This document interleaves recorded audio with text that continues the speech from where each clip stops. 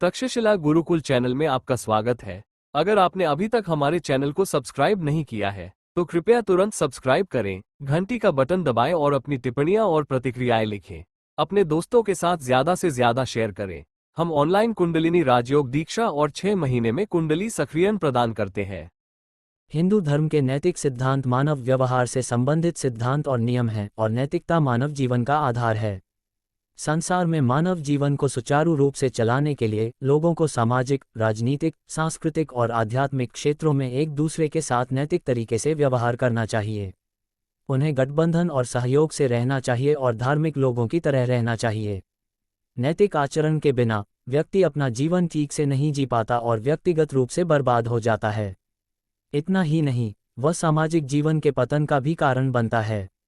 इस प्रकार नैतिकता वह जीवन सिद्धांत है जो व्यक्ति के अपने जीवन के कल्याण और सामूहिक जीवन के विकास की ओर ले जाता है। नैतिक सिद्धांतों का व्यावहारिक अभ्यास ही अभ्यास है। नैतिकता को धर्मी आचरण, सही आचरण भी कहा जाता है।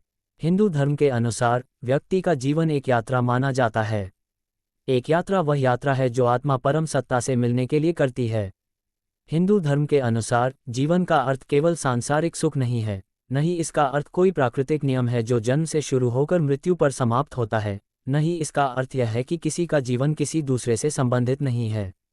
इसी प्रकार हिंदू धर्म यह नहीं कहता कि जीवन के दैनिक कार्य आत्म साक्षात्कार में बाधक हैं, न ही यह कहता है कि जीवन स्वयं आत्म साक्षात्कार से भिन्न है।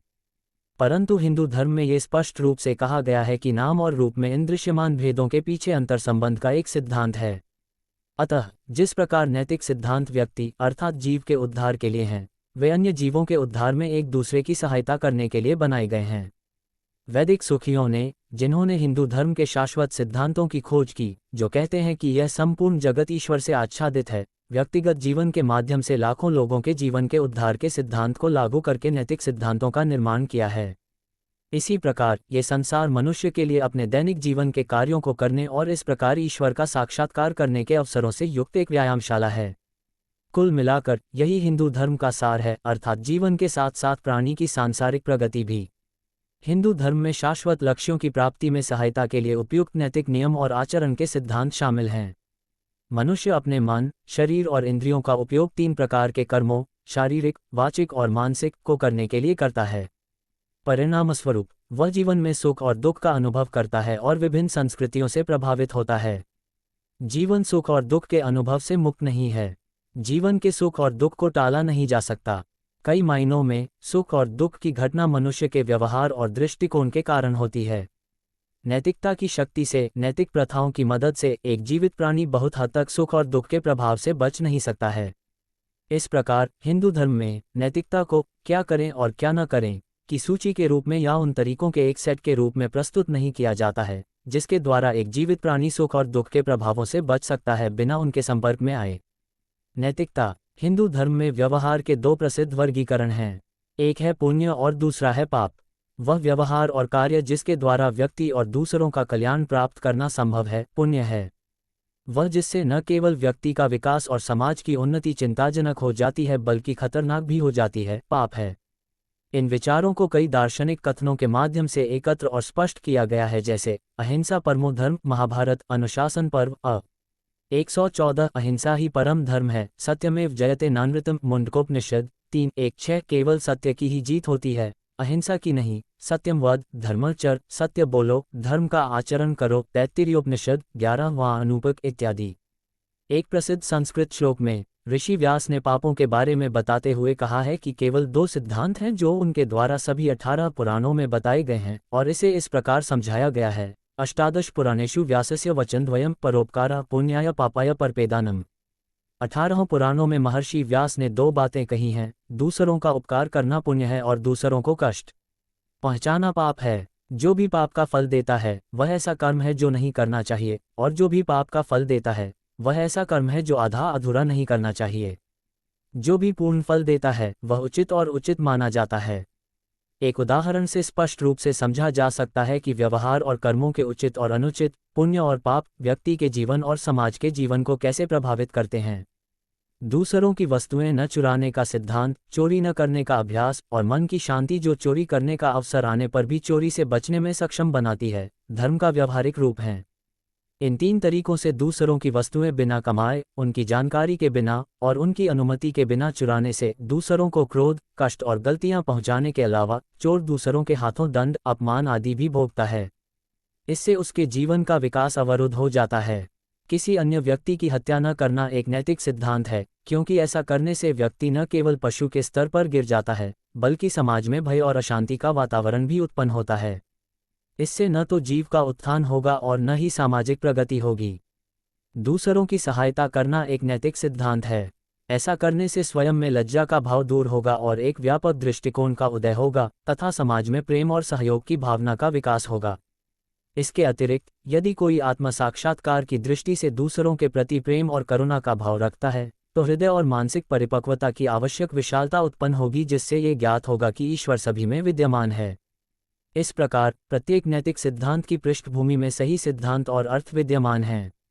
हमारे महान आर्य ऋषियों ने, जिन्होंने जीवन का समुचित परीक्षण किया और उसकी सीमाओं और लक्ष्यों को खोजा, नैतिक सिद्धांतों के संबंध में नियम बनाए हैं।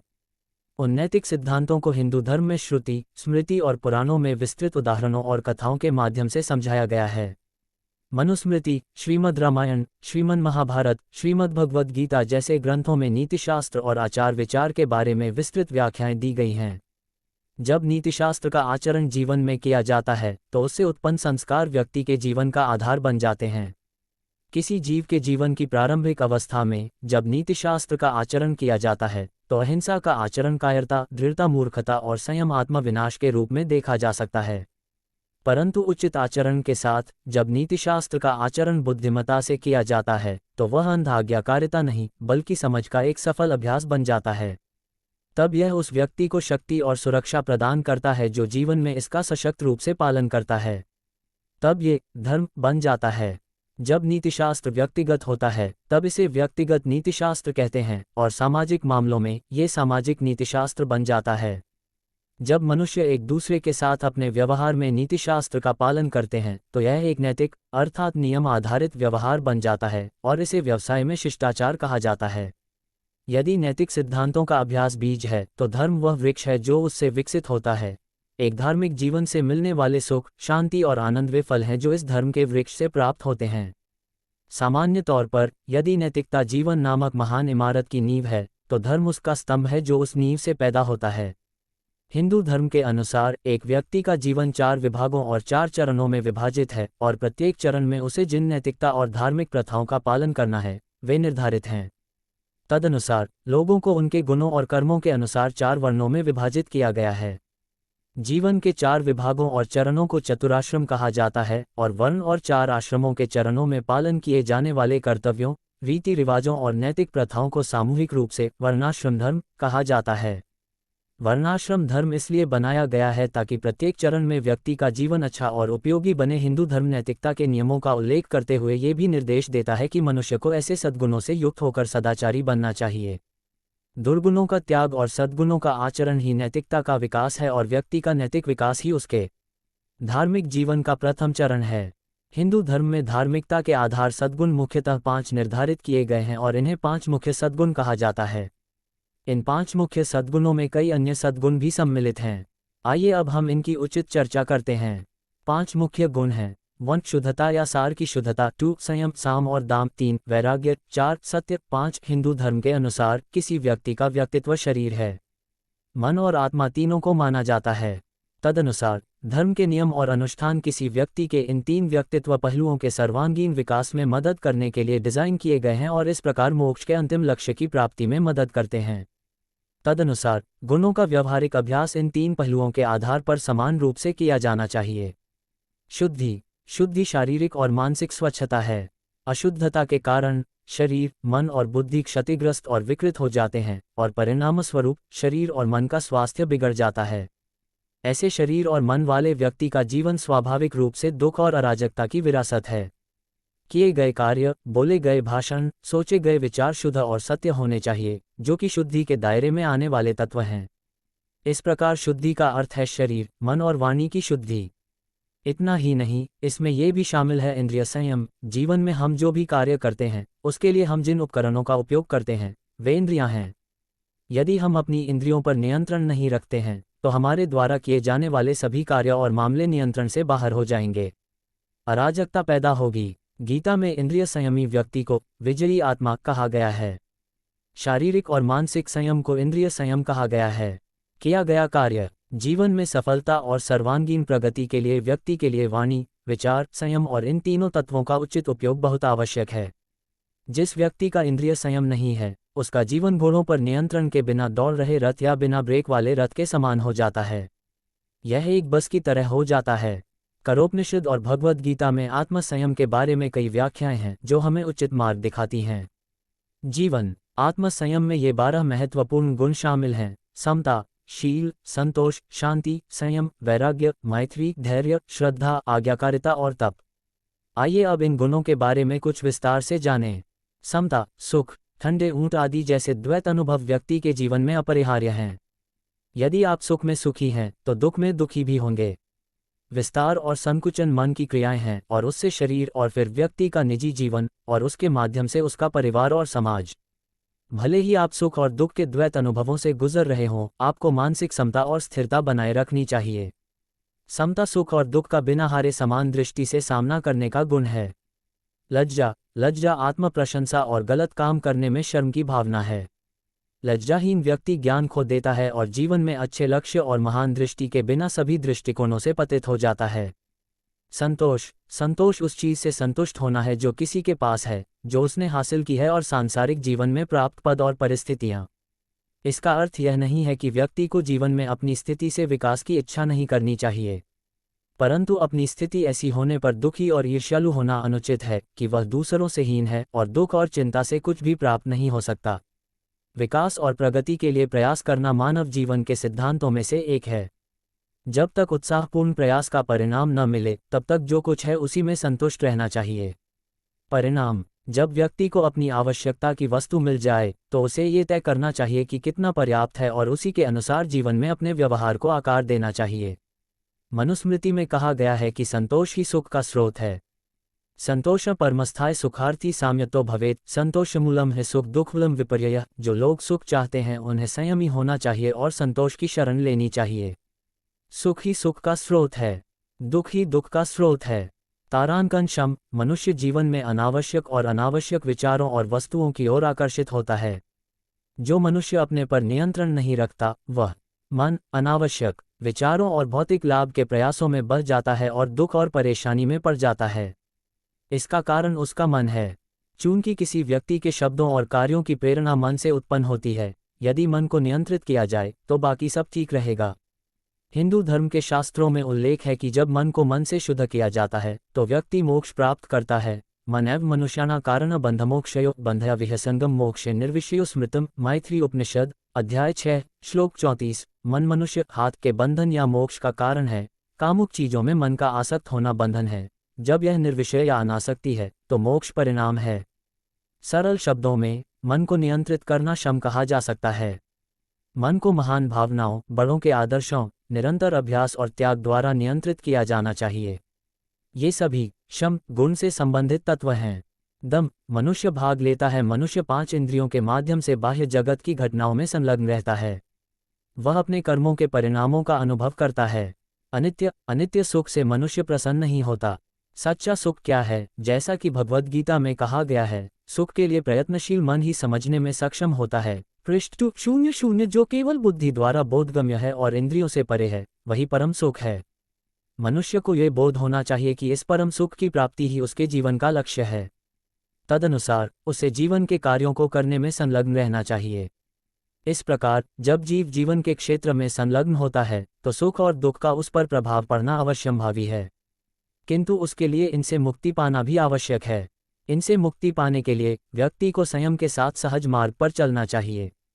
इंद्रियों के सुखों और उनकी सीमाओं को जानकर, उनके गुण दोषों को समझकर और उनका अनुभव करके व्यक्ति को इंद्रियों का दास नहीं बल्कि उनका स्वामी बनना चाहिए। इस प्रकार इंद्रियों को संयमित करके और उनसे प्राप्त होने वाले सुख दुखों के अधीन न होना तथा इंद्रियों के विषयों की ओर आकर्षित न होना दम कहलाता है। उपेक्षा बुरे लोगों के प्रति उदासीनता की अभिव्यक्ति है। अर्थात हमें बुरे लोगों के प्रति उदासीन रहना चाहिए। हमें बुरे लोगों की संगति में नहीं रहना चाहिए और न ही उनके प्रति शत्रुतापूर्ण व्यवहार करना चाहिए। मित्रता समान और अच्छे लोगों के साथ मैत्रीपूर्ण व्यवहार करना है। दया का गुण दूसरों के साथ एकता का अनुभव करने और व्यापक हृदय प्राप्त करने में मदद करता है। दयालुता, जो हमसे ऊपर हैं, अर्थात जो हमसे बड़े और अधिक योग्य हैं, उनके प्रति दयालु और सम्मानपूर्ण होना दयालु और सम्मानजनक है। इसमें दासता की भावना के बिना सम्मान और श्रद्धा की भावनाएं शामिल हैं। साहस, जीवन में अपने कर्तव्य को सही ढंग से करते हुए आने वाली विपत्तियों का सामना करने की मानसिक शक्ति, विपत्तियों से न डरना, निराश न होना साहस का गुण है।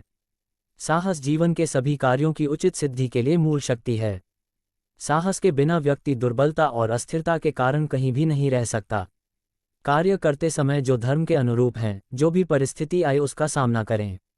साहस किसी कार्य को करने के लिए किया जाने वाला मानसिक प्रयास है, अतः साहस, बहादुरी, साहसिकता, पुरुषार्थ, ये सभी साहस के ही रूप हैं।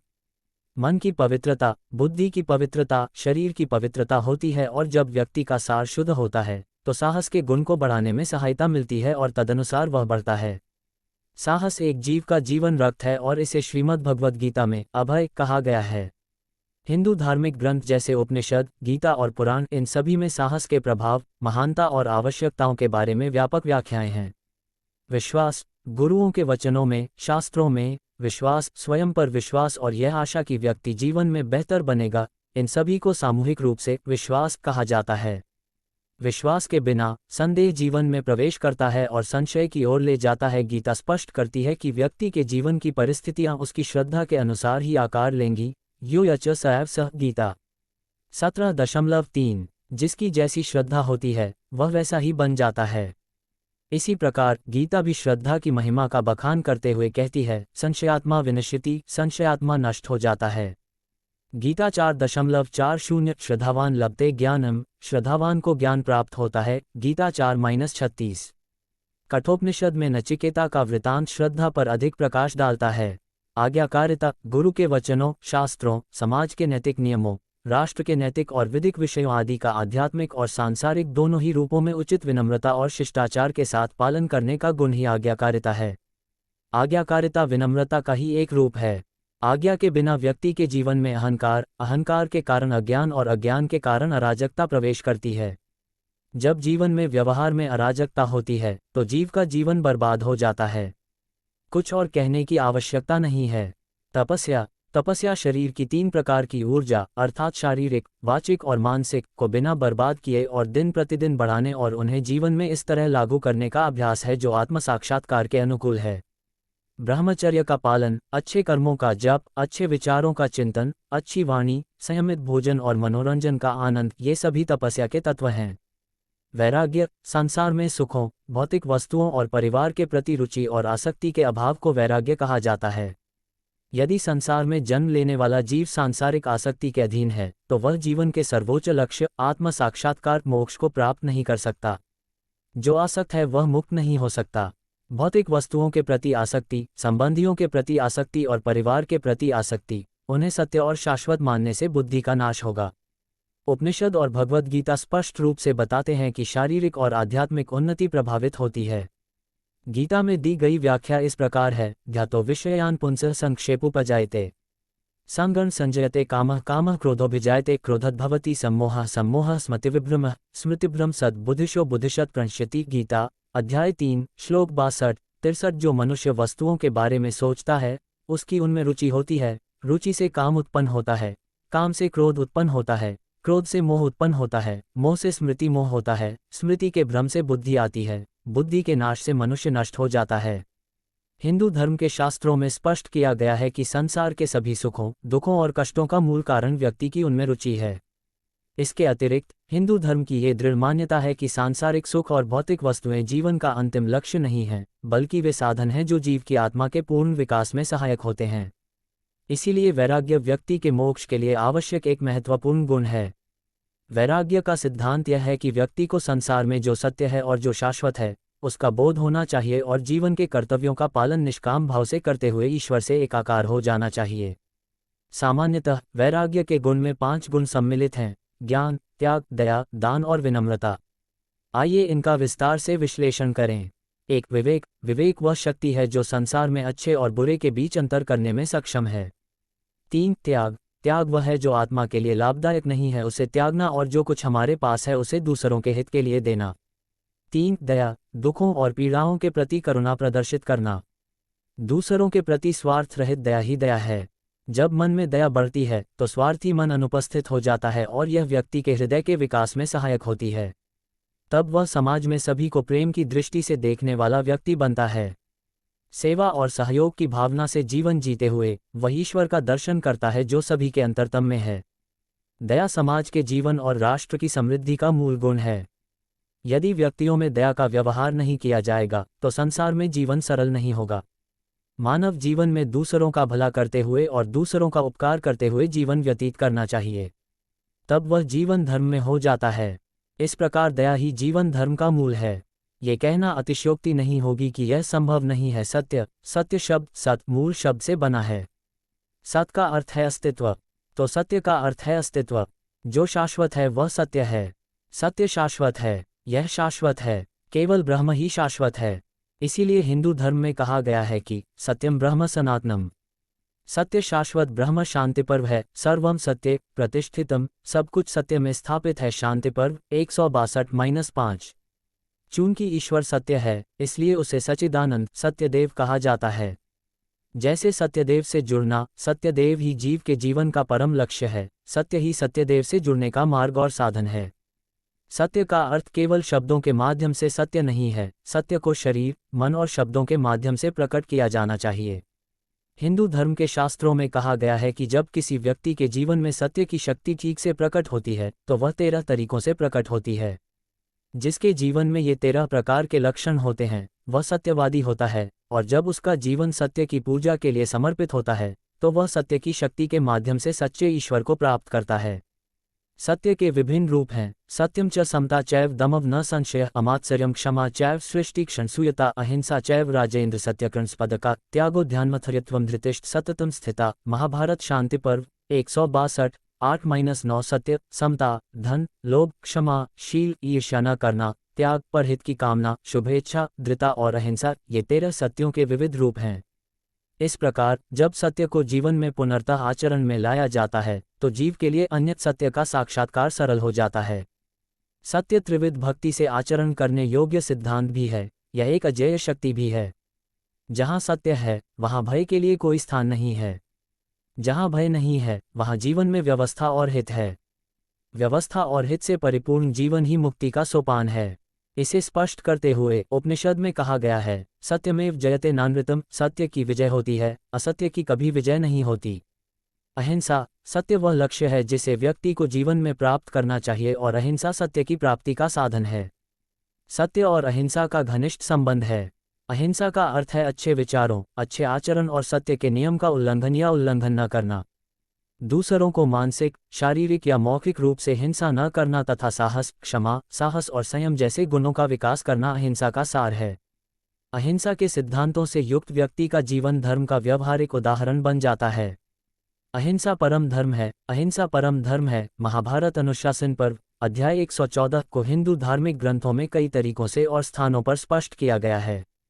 अहिंसा न केवल व्यक्ति के व्यक्तिगत विकास की ओर ले जाती है बल्कि दया, साहस, सत्य, आत्मविश्वास आदि विशेष गुणों की वृद्धि और उत्थान की ओर ले जाती है। अहिंसा के गुण से संपन्न व्यक्ति दुनिया में दूसरों के लिए सम्मान, प्रेम और साहस का एक आदर्श व्यक्ति बनता है। न केवल वह सुख और शांति प्राप्त करता है बल्कि वह दुनिया में दूसरों को कोई नुकसान नहीं पहुंचाता है और दूसरे उसे नुकसान नहीं पहुंचाते हैं। इस विषय में मनुस्मृति के एक श्लोक में स्पष्ट व्याख्या है जो इस प्रकार है, यस्माद्पि भूताना द्विजन्नोत्पत्ते भय तस्य देहद्विमुक्ता भयम नास्ति कुतप्पान। वह जो किसी भी जीवित प्राणी से, द्वैत से नहीं डरता, वह मुक्त है शरीर और वह दूसरों से नहीं डरेगा। व्यक्ति जीवन में इन 5 गुणों को जितना अधिक अपनाएगा उसका जीवन उतना ही बेहतर होगा। यह उसे मोक्ष के अंतिम लक्ष्य को प्राप्त करने में मदद करेगा। गुणों का रखरखाव जितना महत्वपूर्ण और आवश्यक है उतना ही बुराइयों को जीवन में प्रवेश करने से रोकना भी है। जिस प्रकार शुद्ध दूध को अच्छे बर्तन में डाला जाता है और बर्तन को बंद नहीं किया जाता है, बर्तन में दूध खराब हो जाएगा, चाहे वह कितना भी शुद्ध क्यों न हो। इन गुणों को बनाए रखने के लिए व्यक्ति को बुराइयों का त्याग करना चाहिए। जिस प्रकार सभी गुणों को मुख्य रूप से 5 महान गुणों के रूप में वर्गीकृत किया गया है और उनके भीतर समाहित किया गया है, सभी दोषों को मुख्य रूप से 3 श्रेणियों में वर्गीकृत किया गया है, जिन्हें दुर्गुणत्रय कहा जाता है।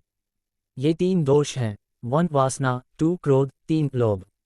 ये 3 दोष व्यक्ति के जीवन में अलग अलग रूपों में प्रकट होते हैं और सामूहिक रूप से अरिषद वर्ग कहलाते हैं। शेष 3 अवगुण 3 मूल अवगुणों से उत्पन्न होते हैं और प्रकट होते हैं।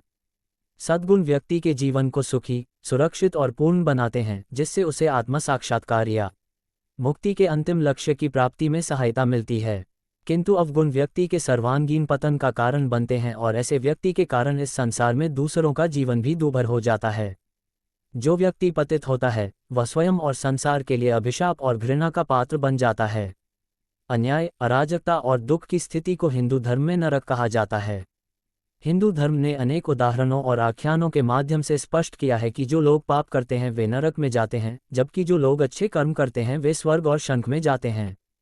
ये स्पष्ट करते हुए कि अवगुण न केवल व्यक्ति के विनाश का कारण बनते हैं बल्कि नरक के द्वार भी बन जाते हैं। भगवद गीता कहती है, त्रिविध नरकदम द्वारा नाशनमात्मनः कामः क्रोधस् तथा लोभस्तस्मादेशात्यं त्यजेत। गीता अध्याय 6 श्लोक 21। काम, क्रोध, लोभ ये नरक के 3 द्वार आत्मा के विनाश की ओर ले जाते हैं।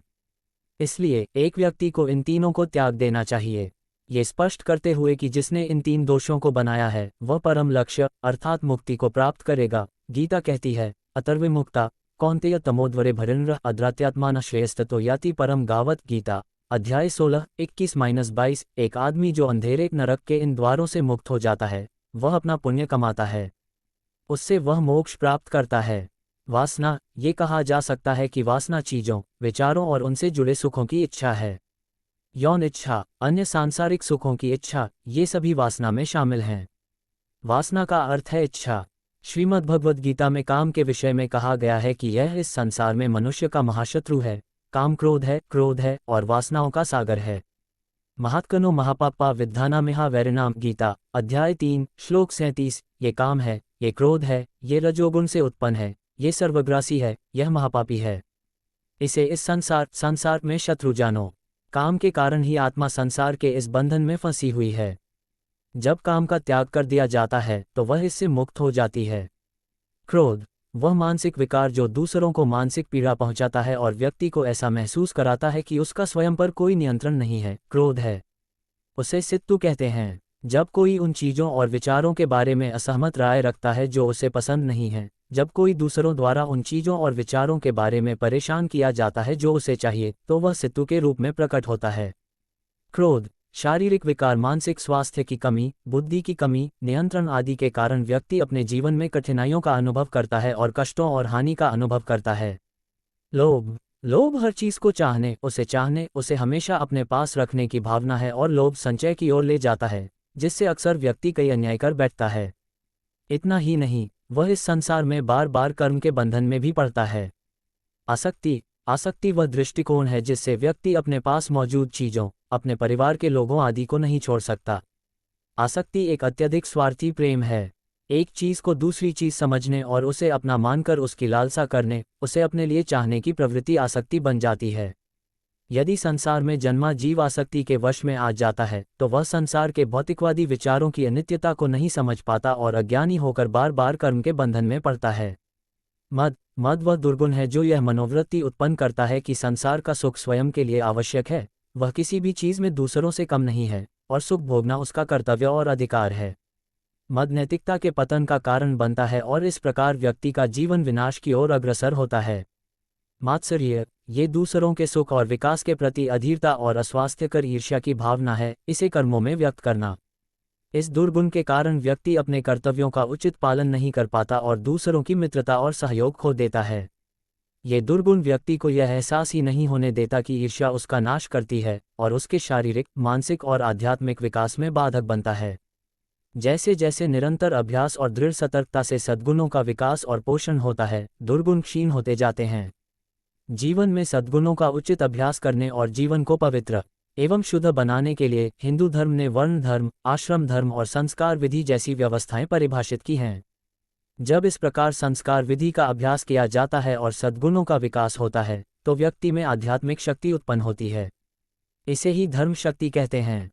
जो लोग धर्म का पालन करते हैं और धार्मिक जीवन जीते हैं, वे पवित्र और धार्मिक होते हैं।